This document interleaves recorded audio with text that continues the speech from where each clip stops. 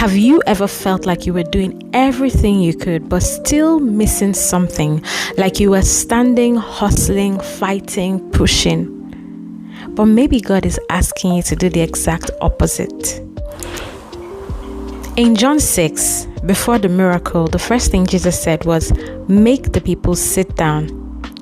And honestly, that moment says a lot about us today and how we would have reacted in that situation, how the people probably reacted then. Let me break it down for you. Linking that to our experiences today, the first set of people are those that sat down expectantly. So in today's world, people who trust God even though they don't know how things will work out. And the second set of people, those that sat but were skeptical. And a lot of us have a lot of questions. I personally was one of those people that always wanted specific answers to everything.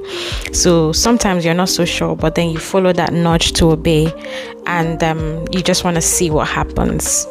And then the third set of people are those that sat down out of pressure or routine. So there might have been those that just couldn't get themselves to do something different, or were compelled to by family or friends, and then they just decided to sit down. In today's world, that could be people that may be raised in church or just doing what everyone else was doing. The point is that they still sat down, right? And finally, those who just refuse to sit. And these are kind of people that think that they can handle everything on their own, that promote, independence instead of reliance on God. People that dismiss spiritual things entirely. People that have got this mentality, overachiever, burnout, and just avoiding vulnerability, or saying things like prayer won't pay the bills, not realizing that they are dismissing the divine provision that only comes from surrendering God.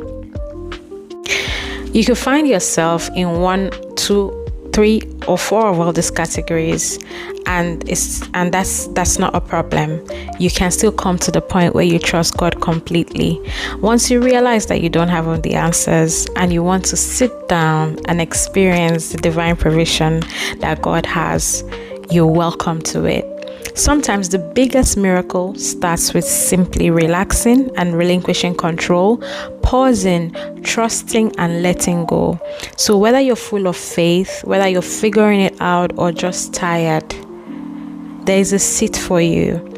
And don't miss what God is trying to hand to you because you're too busy standing in your own strength.